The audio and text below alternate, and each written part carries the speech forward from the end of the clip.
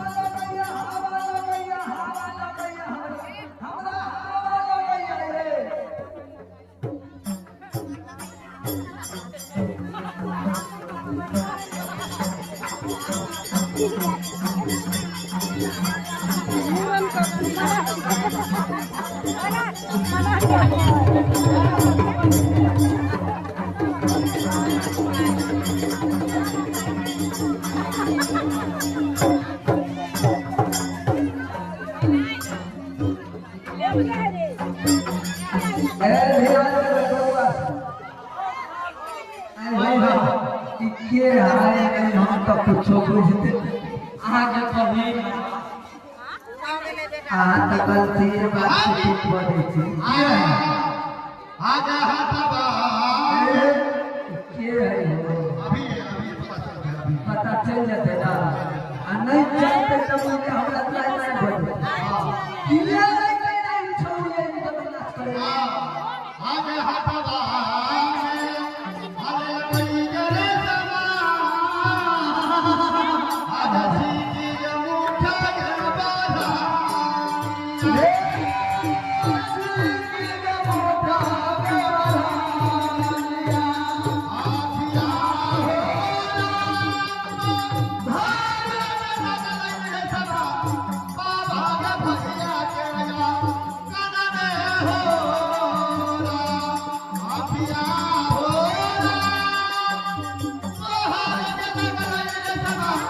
Hallelujah.